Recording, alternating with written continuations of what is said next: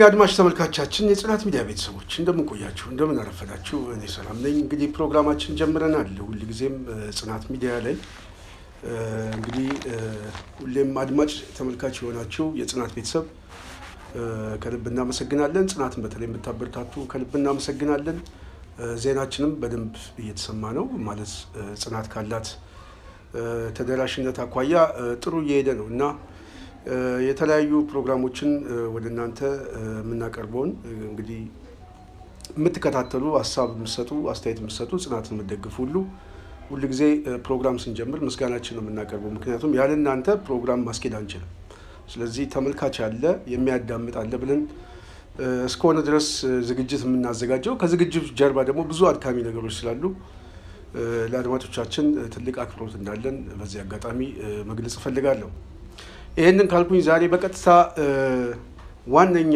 አጀንዳችን የሚሆነው በተለይ ከአማራ አንድነት ጋር የተለያዩ መረጃዎች አሉና በትላንትናው ዕለት ያነሳነው ፕሮግራሞች እና ሐሳቦች አሉ እሱን ተከትሎ ግማሽ ክፍል ትላንት አሰምተናል ዛሬ ደግሞ ቀሪውን ክፍል እንግዲህ በዋናነት ከዚህ ከሰራዊቱ ጋር በተያያዘ አንዳንድ ሐሳቦች ጀምሬያቸው አቆምኩት አለ በሱ ጉዳይ እየተከታተላችሁ ጽናት ሚዲያ ላይክ ሼር ሰብስክራይብ ማድረጋችሁ እንዳትረሱ እያልኩ ወደ ዋና ፕሮግራማችን እንሄዳለን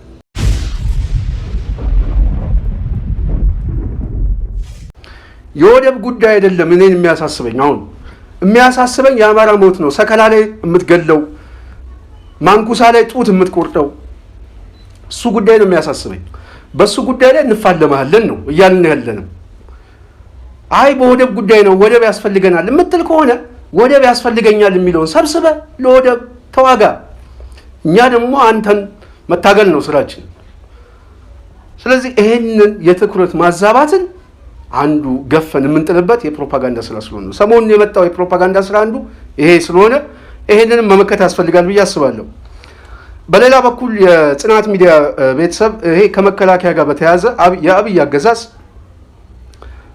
መከላከያ ሊያወጣ ይችላል የሚል ብያኔዎች አሉ እኔ የማውጣት እድሉ በአሃዝ ካስቀመጥኩት 70% ያወጣል ብዬ አስባለሁ ለምን ለሚለው ግን እመጣበታለሁ የማያወጣው ፖለቲካዊ ብያኔ ብቻ ነው የፖለቲካ ውሳኔ ነው አንዱ ሊያወጣበት የሚችልበት ምክንያት የማውጣት እድሉ በጣም እየሰፋ የሚመጣው የሰራዊቱ መመናመንና ሙድኮና ቁስለኛው እጅግ እየበዛ ነው ሁለተኛው የተራዘመ ጦርነት መሰላቸት ውስጥ እየገባ ነው ሶስተኛው የመዋቅር ፍርሰት እየገጠመው ነው የጸጥታ መዋቅር እየፈረሰ ነው እየተንጠባጠበ ነው ይሄ በጦርነት የተራዘመ ሂደት ውስጥ የገባው ኃይል ዓላማ የለሽ ነው አንደኛ የሚሞትበት ኮዝ የለውም አሁን የብልጽግና ሰራዊትና የፋኖ ሰራዊት ዓላማ ምንድነው ብትለው የሚሞትበት የለም ያኛው አገር ለማጽናት ነው የሚለው አገር ማለት ምንድነው ብለህ ብትጠይቀው ምንም መልስ የለውም ያው ኢትዮጵያዊነት አንድ ጀነራል ሲናገር ሰምቼዋለሁ መቼለት በምርጫ የተመረጠ መንግስት ነው ስለዚህ በምርጫ የተመረጠ መንግስት መጠበቅ ግዴታ አለብን ይሄ ነው እንግዲህ ይሄ የድንቁርና ጀነራል የሚባለው ይሄ ነው እንግዲህ የሚሞትበት ኮዝ ይሄ ነው ስለዚህ በምርጫ የተመረጠ አብይ አለ ብዬ እኔ ልሞት ለሱ ይሄ ነው ያንን ደግሞ እንደ ህዝብ ነው የሚጨፈጨፈው በምርጫ የተመረጠ መንግስትን የሚቃወም ህዝብ ቢያንስ ባየር አደበድበው መብቱ ስለሆነ በምርጫም የተመረጠ መንግስት አልተመረከም ብሎ መቃወም መታገል መብቱ ነው ይሄንን ጉዳቱን የሚቀንስ መከላከል ውስጥ ገባለ ወይ በፖሊስ ወይ በምን ወይም ደግሞ በሌላ መልክ ሊጠቀም ይችላል እንጂ የአየር ድብደባ ታንክና ዙ 23 ይዘ ቤት ለቤት እየገባ ሲቪሊያን የምትፈጅ ሰው ይሄ ነው አላማቸው ይሄ ነው ስለዚህ የፋኖ ወታደርና የአብይ አገዛዝ እኩል አይደለም ስሜቱ እኩል አይደለም ህዝባዊ ስሜትነታቸው የዓላማ ጉዳይ የላቸውም ሁለቱ አይገናኙም ስለዚህ የአብይ አገዛዝ መዋቅራዊ ፍርሰት ከመቅጠሙ በላይ የዓላማ መሰባሰቢያ አጀንዳም ስለሌለው ለምንድን ነው የምሞተው የሚል ሰራዊት እየተንጠባጠበ ይመጣል። ይሄ በስፋት እያየን ነው። አሁን ፋኖን እየተቀላቀለ ነው። ጦርነቱ እየተራዘመ በመጣ ቁጥር የበለጠ የሚጎዳው እንደውም አገዛዙ፣ እኛ የምንጎዳው የፖለቲካ አጥቂነታችንን በፍጥነት ካልጨመርን ነው እንጂ ጦርነቱ ቢራዘም የሚጎዳው አገዛዙ ነው። ስለዚህ ሰራዊቱ እየተንጠባጠበ ነው። የመዋቅር ፍርሰት እየገጠመው ነው። መክዳት እየመጣ ነው። አራተኛው የህዝባዊ ተቃውሞ መልኮች እየሰፉ እየመጡ ነው። ይሄንን ደግሞ ሰራዊቱን ሊመክትበት የሚችል የተለያየ ቦታ ላይ አሁን በሀገር አቀፍ መልክ እየተቀየረ እየመጣ ነው። ስለዚህ ይሄ ህዝባዊነት ይሄ ቁጣ እየሰፋ ሲመጣ ሰራዊቱን ለመበተን አቅም ስለማይኖረው ከአንድ አካባቢ ላይ የተወሰነ ኃይል የመውጣት አስገዳጅ ሁኔታ ውስጥ የመግባት እድሉ በጣም ሰፊ ነው። አምስተኛው ቅድም ብየዋለሁ የመሞቻ ዓላማ እና የጽናት ቁርጠኝነት እጦት ነው። ይሄ ያው ሰራዊቱ ውስጥም እየተንጠባጠበ የመጣ ጉዳይ ስለሆነ በስፋት ሰራዊቱ እየከዳ እየመጣ ነው። ስድስተኛው ግን በሰራዊቱና አመራርና በከፍተኛ አመራሩና በታችኛው ወታደሩ ላይ አለመተማመን ስለሌለ ጠበንጃ የያዘው ኃይል አሁን አመራሩ ራሱ እየጠበቀው ነው፣ ያጠቃናል የሚል ፍርሃት አላቸው። እዛው ይመቱናል የሚል ግምገማ አላቸው። ራሱ ወታደሩ በውስጥ በኩል ለጠላት ኃይል እነሱ ጠላት ብሎ ለሚገልጹት ኃይል መረጃ ይሰጣል። ምን ይላል ብሎ ስለሚያስቡ በተለይ ከጦርነቱ ጋር መሰላቸት ከዓላማ እጦት ጋር በተያያዘ ያ ፍርሃት ስላላቸው ሰራዊቱን ወደ ማዕከል ለመሰብሰብ ሊገደዱ ይችላሉ። ሰባተኛው አዳዲስ የሰራዊት ምልመላ ማጣትና ልጆቻችን የት እንደሄዱ ንገሩን የሚል ጥያቄ ነው። አዳዲስ የሰራዊት ምልመላም እያጣ ነው። ስለዚህ ይሄ ሁኔታ አስጨናቂ ሁኔታ ስለሆነ ሰራዊቱን ሊስበው ይችላል። ተጨማሪ ማምጣት በዋናነት ይሄ በተለይ ከዚህ ከጥቅማ ጥቅም ከደሞዝ ኃላፊነት ምደባ ዘረኝነት የፈጠረው ክፍል የፖለቲካና ወታደራዊ ዶክትሪን ተሐድሶ ስለሚፈልግ የሚል ግምገማም ባገዛዙ ስለሚኖረው ይሄንን ሰራዊት ወደ ማዕከል ሰብስበን በተወሰነ መልኩ መለስተኛ የተሐድሶ ስልጠና እንስጥ ሊል ይችላል። በተለይ ደግሞ የአማራው ኃይል እየተጠናከረ ሲመጣ ኃይሉን ስቦ የአብይ ጠባቧ ደሴትን ለመጠበቅ ሊገደድ ይችላል። የሚጨነቀው ዋናው ጦርነቱን ማሸነፍ አልቻለም። እንደውም በተራዘመ ጦርነት ውስጥ እየተሸነፈ መጣ። የሰራዊት መዳከም ገጥሞታል። የመዋቅራዊ መፍረስ ገጥሞታል። የፖለቲካ የፕሮፓጋንዳ ውድቀት ገጥሞታል። የፋይናንስ ውድቀት ገጥሞታል። ከዚህ በኋላ ያለው አቅም ረጅም መንገድ የሚሄድበት አይደለም። ስለዚህ ወደደም ጠላም ተገዶ ለውጥ ይመጣል በሀገሪቷ ላይ። በጦርነት እንኳን እቀጥላለሁ ቢል መቀጠል የሚችልበት አውድ አይፈቅድም። አሁን ያለው የጦርነት አውድ የሚናገረው ይሄ ነው። ከዛ ውጪ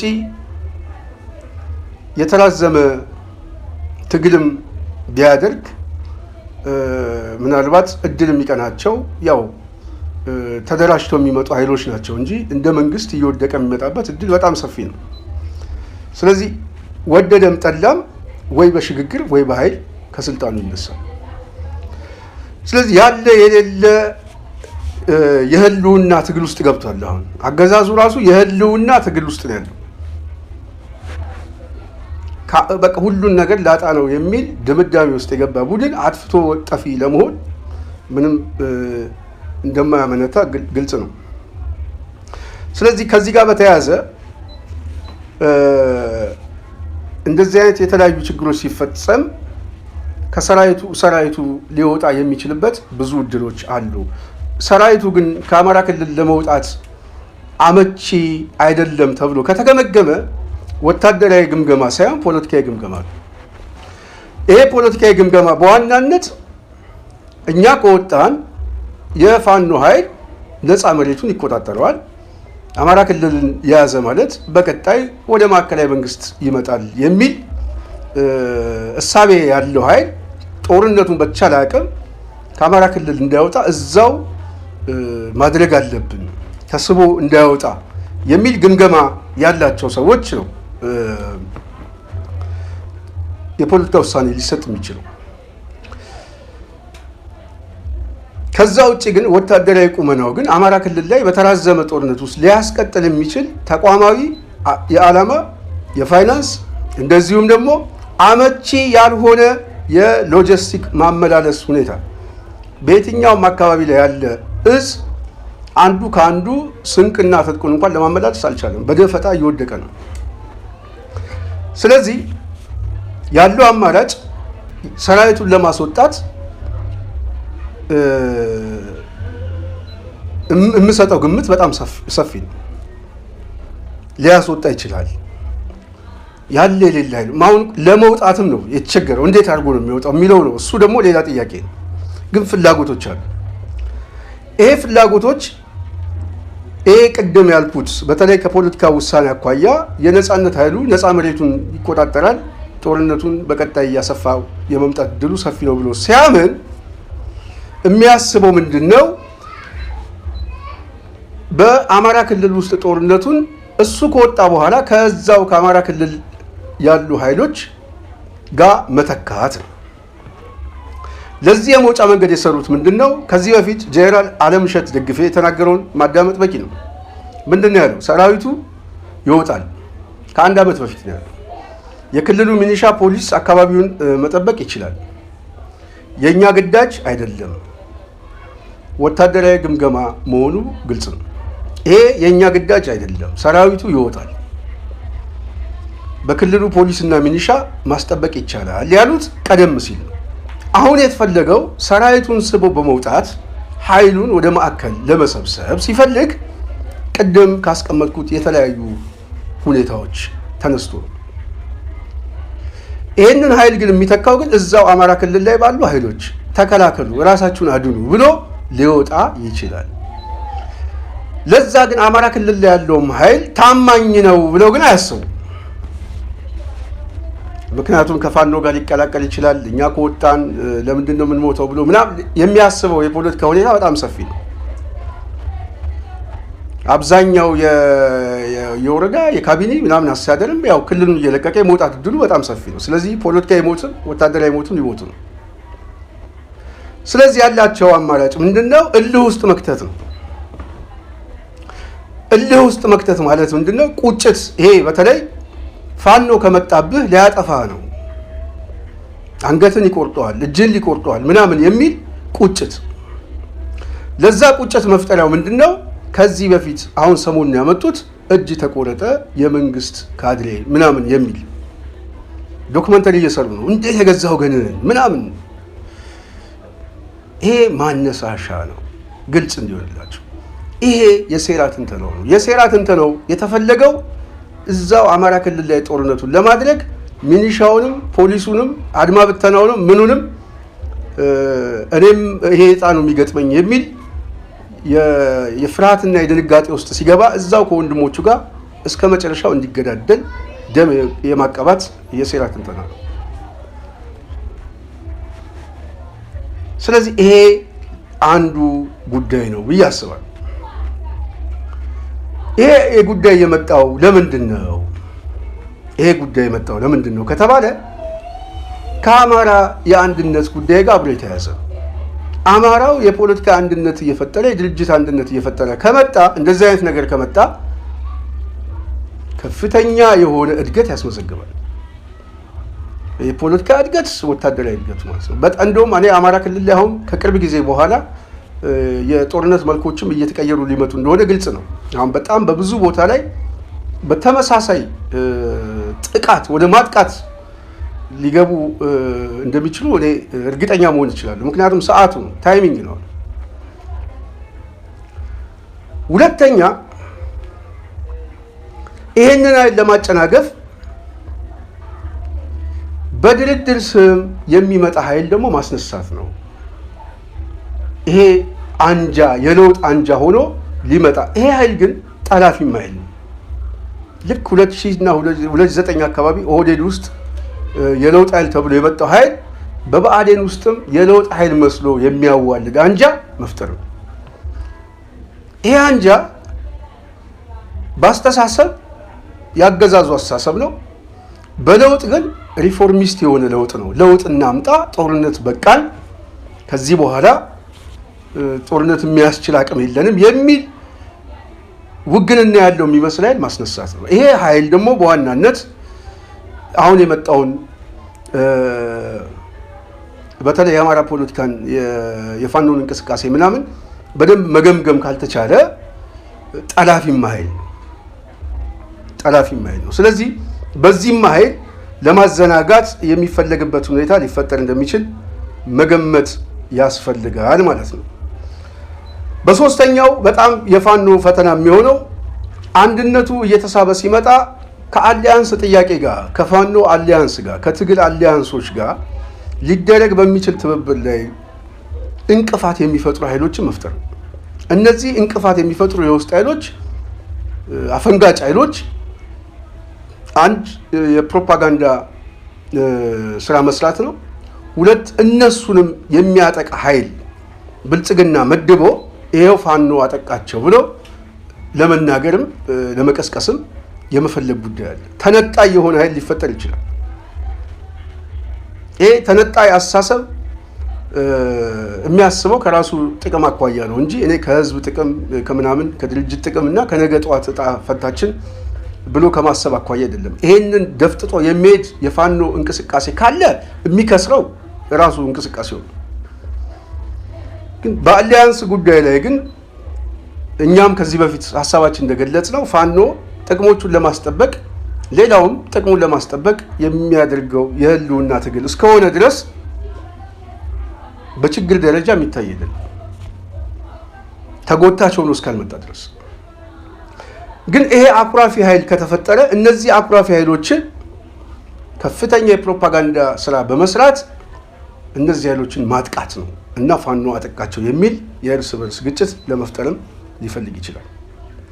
ስለዚህ በአጠቃላይ ቅድም እንዳልኩት የፋኖ አንድነት እየተሰባሰበ ሲመጣ ድርጅታዊ እንደዚሁም ፖለቲካዊ መልኮቹ በፍጥነት እየተቀያየሩ ሊመጡ እንደሚችሉ ግልጽ ነው ማለት ነው።